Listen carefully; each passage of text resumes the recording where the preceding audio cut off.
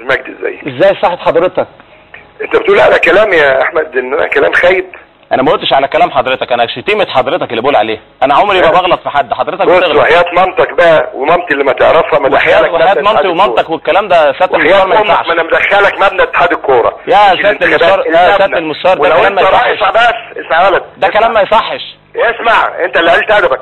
لو انت راجل، انا عمري ما بقل ادبي، انا طول عمري بحترم الناس، طول عمري بشيل الناس على راسي. بقول لك ايه، وطول عمري بخدم الناس واولهم نادي الزمالك. لا عمرك ما خدمت نادي. والله خدمت نادي الزمالك، اقسم بالله. انا مأيد احمد علي الساعه 12 الا ربع مساء في حفل التجول. ايه اللي وداك غلط؟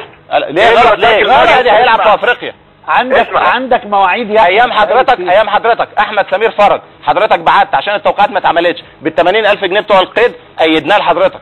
عمر جمال اخر يوم في افريقيا. ايه اللي وداك؟ اسمع بس الاخر. عمر جمال، طب سيبني اقول لحضرتك، اوضح لحضرتك نقطه بس.